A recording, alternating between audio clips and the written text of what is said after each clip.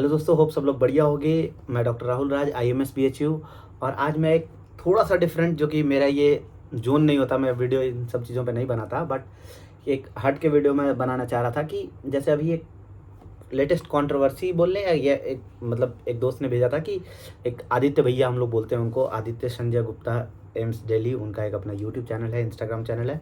I personally follow him, I admire him, क्योंकि NEET PG के दौरान मैंने भी उनका बहुत सारा वीडियो देखा था और रियली हेल्पफुल वीडियोज़ हैं। तो उन्होंने एक ट्वीट किया था, चाहे इंस्टाग्राम पे बहुत सारा ये चल रहा था कि 7 ईयर कि मतलब 7 ड्रॉप जस्टिफाइड है कि नहीं। उन्होंने बोला था कि जस्टिफाइड नहीं है। तो आज मैं इसी चीज़ पे बात करने वाला हूँ, और मैंने कोई स्क्रिप्टिंग नहीं करी, मैं एकदम दिल से, क्योंकि मैंने जो देखा है वो चीज़ मैं आज बात करने वाला हूँ क्लियरली। तो फर्स्ट ऑफ ऑल देखो यार, कि उसमें मेन तो ये चीज़ आता है कि 7 ड्रॉप जस्टिफाइड हैं कि नहीं। और ख़ासकर ये नए ट्रेंड आया है आजकल की, जब से ये नए नए मतलब एक तो कि यूट्यूब चैनल्स बने हैं, उसमें मेरा भी है एक, मैं क्यों बोलूँ। और एक साथ में जब ऑनलाइन कोचिंग्स का दौर आता है, तो वो तो ऑनलाइन कोचिंग का मेन बिजनेस ही यही है ना, कि जितने जितने तुम जितने वो ज़्यादा बच्चे जहाँ जाएंगे। देखो, कोचिंग का तो मेन ही मॉडल होता है कि जिन बच्चों का नहीं होना है, वो बच्चे जितना जहाँ ज़्यादा जाएंगे उसका प्रॉफिट होगा। बेनिफिट तो यही ना, 20 लाख बच्चे दे रहे हैं, होना होना 50,000 का है, 1 लाख का है, बाकी 19 लाख में से जो जहाँ ज़्यादा बच्चे ले जाए वो उसका बेनिफिट है। अल्टीमेटली गेम यही, अगर तुम ध्यान से सोचोगे तो, क्योंकि वो 1 लाख का भी प्रॉफिट नहीं दे सकते जिनका होना है। जिनका नहीं होना, उसमें से जो जितना ज़्यादा खींच ले। तो ऑनलाइन वाले ये चीज़ और ज़्यादा मोटिवेट देते हैं कि हाँ यार, ये कर लो, वो कर लो, सब हो जाएगा। तो पहली चीज़ तो इसमें एक चीज़ क्लियर है, कि मेरा जो स्टैंड क्लियर है कि देखो, अगर तुम्हारी लाइफ है, तुम जो करना चाहो भाई अपनी लाइफ के साथ करना चाहो, उसमें मेरा कोई लेना देना नहीं। अगर ये मेरे वीडियो बनाने से ऐसा नहीं होगा कि कोई अगर 7 ड्रॉप लेना चाहे, चाहे 50 ड्रॉप लेना चाहे, तो वो बंद कर देगा कि नहीं, ये वीडियो मैं सुप्रीम कोर्ट का जज थोड़ी बैठा हूँ मैं, ठीक है। तो वो चीज़ है। अब बात करते हैं एक सजेशन या एक पर्सपेक्टिव देने की। तो पहली चीज़ तो हमें ये समझना होगा कि यार, MBBS में सिलेक्शन लेना है, MBBS में आना इज़ नॉट कि UPSC वाला पैटर्न यहाँ पे है। UPSC में जब आप UPSC निकालते हो तो वहाँ पे आप एक जॉब लेते हो। SSC अगर आपने निकाला है तो वहाँ पे एक जॉब होता है। MBBS जॉब नहीं है। जॉब की एक सिक्योरिटी रहती है कि 5.5 साल बाद आपको जॉब मिल जाएगी, बट आप जॉब नहीं कर रहे हो फर्स्ट ईयर में। और ये एक, तो पहली चीज़ ये होता है कि अगर आपने 7 ड्रॉप ऑलरेडी ले लिए हैं, 5.5 साल आप दोगे।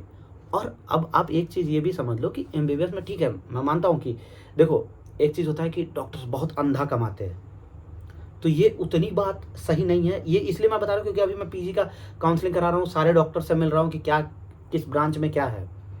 क्योंकि देखो, एक चीज़ तो पहली चीज़ याद रखो, हर बिजनेस का रूल होता है, हर जगह का रूल होता है, चाहे वो CA, लॉ, एडवोकेट, जितने भी तुम उठा लो, हमेशा टॉप 1% अंधा कमाते हैं। चाहे यूट्यूबर्स में ले लो, इंस्टाग्राम इन्फ्लुएंसर में ले लो, टिकटॉकर्स में ले लो, मतलब स्टॉक मार्केट वाला को ले लो, इतना ये बिजनेस का रूल है, ये यूनिवर्सल रूल है कि टॉप 1% हमेशा अंधा कमाते हैं। तो पहली चीज़ तो उनको हटा दो।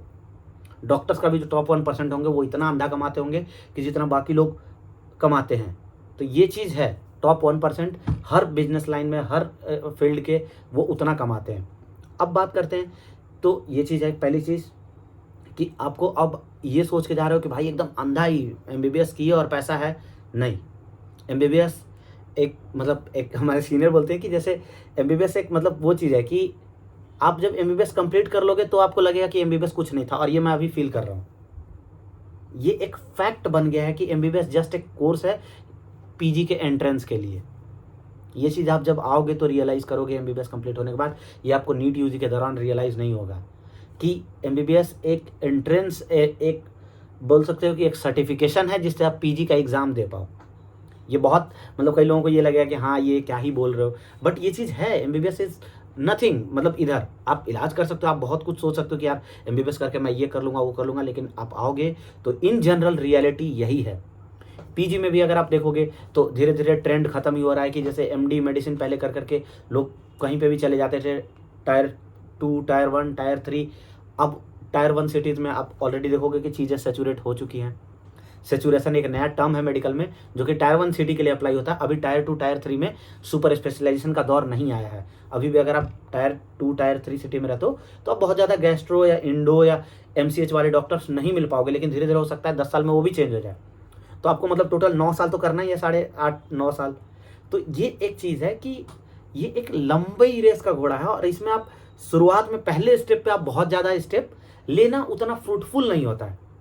लेकिन क्या होता है कि जैसे आजकल वो एक ट्रेंड चल गया ना कि भाई कोई भी चीज़ें आती है कि माना कि मुश्किल है सफ़र में, और ऐसे ऐसे सॉन्ग लगा लगा के, तो वो चीज़ एक है। बट मेरा ये पर्सपेक्टिव है कि ठीक है, आप लेना चाहो। कई लोगों का होता है कि अगर आपको ये लग रहा है कि मेडिकल आपका पैशन है, तो पहली चीज़ तो सवाल यही उठता है कि आपका पैशन है तो आप 7 ड्रॉप क्यों ही लोगे मेरे भाई।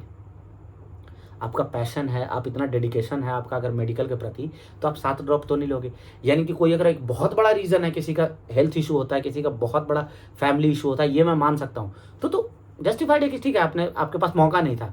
लेकिन अगर आपके पास मौका था और फिर भी आपने 7 ड्रॉप ले लिया, तो आपको तो बैठ के 3-4 ड्रॉप के बाद आपको सोचना चाहिए कि आप कर क्या रहे हो। यानी कि अगर आपका कोई चीज़ पैशन है तो फिर इतना टाइम नहीं लगेगा, इस बात की गारंटी मेरी है। कि आप कह रहे हो कि हमारा मेडिकल का बहुत मन है, हम दिल से एकदम बहुत चीज़ करते हैं, लेकिन ये आप फिर कर रहे हो, तो फिर दोनों चीज़ें तो जस्टिफाइड नहीं है ना। तो मुझे ये लगता है कि यही एक रीज़न है कि समझना पड़ेगा कि बहुत अंधा पैसा नहीं है। जो चीज़ वो है कि एमबीबीएस कर ली और बहुत पैसा है, नहीं। आप अगर एमबीबीएस करके प्राइवेट सेटअप में जाओगे तो आप 50, 60, 70 इससे ऊपर एक्सपेक्ट मत करो। या आप हो सकता है तो आप नॉन एकेड जेआर करोगे, तो नॉन एकेड जेआर वो 3 साल का होगा, तो उसके बाद आपको नॉन एकेड जेआर तो नहीं रखेगा। हाँ, उस एक्सपीरियंस के बेसिस पे आपको हो सकता है तो 1 लाख, 1.5 लाख, इससे ऊपर तो आप नहीं जा रहे। अब वो मतलब ये इन जनरल पॉपुलेशन की मैं बात बता रहा हूँ। तो ये है टोटल स्ट्रक्चर है। तो ये चीज़ होता है कि आप शुरुआत के स्टेज पे बहुत कम लेंगे, वो बहुत सही रहेगा। हालांकि ये नहीं है कि डिस्क्रिमिनेशन नहीं है कि आप 1 बार में आए, कोई 2 बार में आया, कोई 3 बार में आया, इसमें टैलेंट पे कुछ नहीं है कि हाँ कोई ज़्यादा टैलेंटेड है, नहीं नहीं। ये वक्त वक्त का गेम होता है, किसी का एग्ज़ाम डे खराब चला गया, चाहे किसी का कुछ चला गया, तो ये एक चीज़ है जो आपको ध्यान रखना ही होगा। यही मेरा व्यू है कि आप देख लो, पहली चीज़ तो आपकी मर्जी है। दूसरी चीज़ मेरा ये है कि यार अगर आपको पैशन के साथ करना है, क्योंकि ये मेडिकल फील्ड पैशन मांगता है, और अगर आपका पास पैशन है तो भाई वो तो 3 सब्जेक्ट है ना यार। एमबीबीएस में आओगे तो 19 सब्जेक्ट है, एमबीबीएस तो 19 सब्जेक्ट का गेम है ना। तो आप 3 सब्जेक्ट में इतना टाइम लोगे तो दोस्त 19 सब्जेक्ट में तो फिर दिक्कत होगी ना। तो ये चीज़ आप ध्यान दो उस चीज़ में। 3rd ड्रॉप 4th ड्रॉप के बाद आप बैठ के सोचो। ये मोटिवेशन वगैरह नहीं कि सबका हो जाता है, सबके नहीं। आप लाइफ में कुछ और भी कर सकते हो यार, कोई जरूरी थोड़ी कि मेडिकल ही करना है। अगर आप पैशनेट हो लाइफ के प्रति, आपका एक पॉजिटिव अप्रोच है, तो आप कुछ भी करके बहुत कुछ अच्छा कर सकते हो लाइफ में या इस वर्ल्ड के लिए। तो होप कि ये चीज़, ये मेरे एंड से मतलब मेरा पर्सपेक्टिव है ये। तो और ये मेरा पर्सनल पर्सपेक्टिव है, इस पे आप अपने राय दे सकते हैं जैसी आपकी राय हो। तो होप कि ये चीज़ें क्लैरिटी आई होगी। बाकी थैंक यू सो मच।